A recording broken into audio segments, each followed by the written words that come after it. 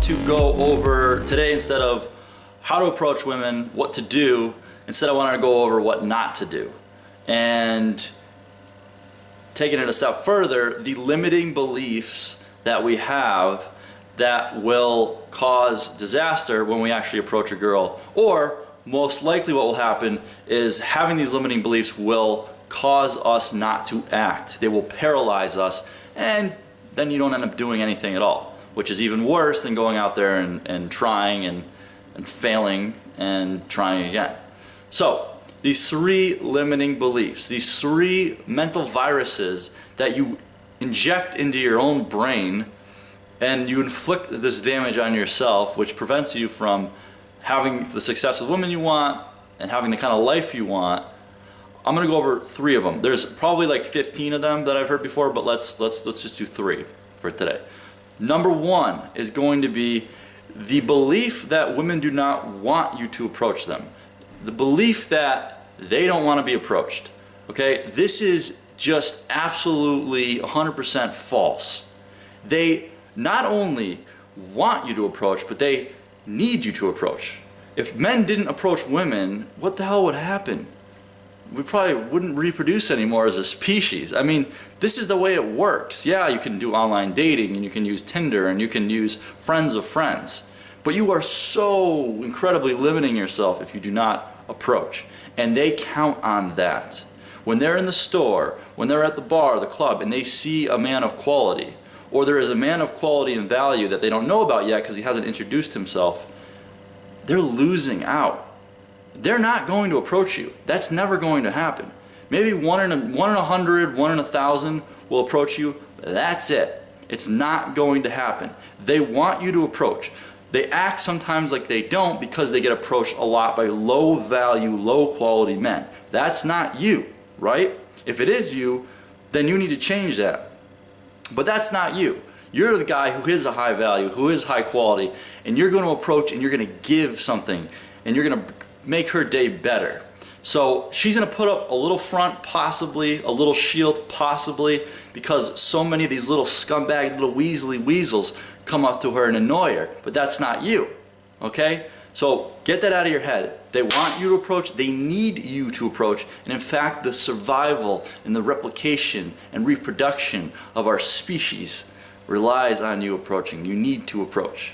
You need to approach. So get that out of your head. That's number one. Number two would be that you are not only afraid of rejection, you believe that rejection is this terrible, horrible thing. Like there's nothing worse than getting rejection. That is also a lie. That is not true. That is an absolute lie that you say to yourself, possibly just because you need a cop-out and you're afraid. You're afraid, so you say in your mind, if I get rejection, it's going to be so bad. It's going to be horrible. It's so painful. I'm not going to do that to myself. No, it's not. It's a lie. You're fine. You walk up to a girl, she doesn't like you maybe, or you feel like it's not going that well, and you walk away. What happens when you walk away? What happens when the interaction ends? Nothing. You're fine. You're emotionally might be a little bit distressed, but you are physically fine. You're not harmed in any way at all. Now, if you walked up to some dude and started hitting on him, and he was not into men, and maybe he thinks that you're just messing with him, and he punches you in the face, that's something, okay? That's something to actually be afraid of. So don't go and mess with people for no reason. But when you go up to a woman because you have something to give them of value, which you do, which is you, then do not fear. There's nothing to fear. You'll be fine. Number three limiting belief that I hear very, very often is she has a girlfriend or boyfriend. Maybe she has a girlfriend, that wouldn't be bad. Or she's married. Oh, this girl, she's so hot. Oh my gosh, girl that hot, you gotta have a boyfriend. Yeah, she definitely has a boyfriend. There's no point in me talking to her. I'm not gonna talk to her. Obviously, she's a boyfriend. Why would a girl that hot not have a boyfriend?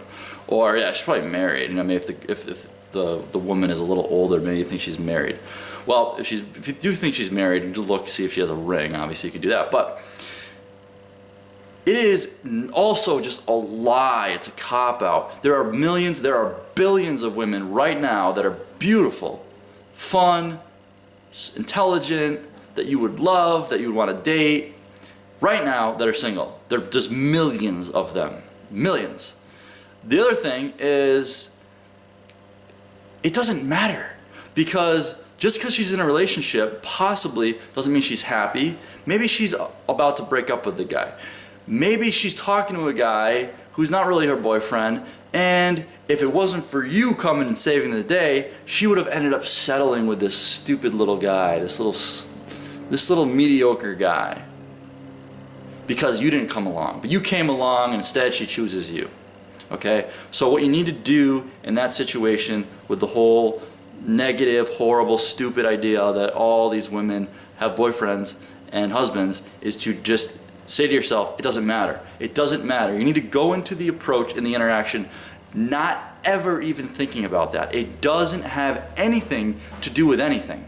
First of all, you're just talking to her. You're not having sex with her. She's not cheating on her boyfriend by talking to you if she does have a boyfriend. And what if she decides to break up with her boyfriend a month from now, but she has your phone number and now she can give you a call? There's so many different scenarios. It doesn't matter. So that's the frame that you need to come through. It doesn't matter. It doesn't matter. It doesn't matter, because it doesn't matter. Okay? That's her issue. That's her problem, not yours.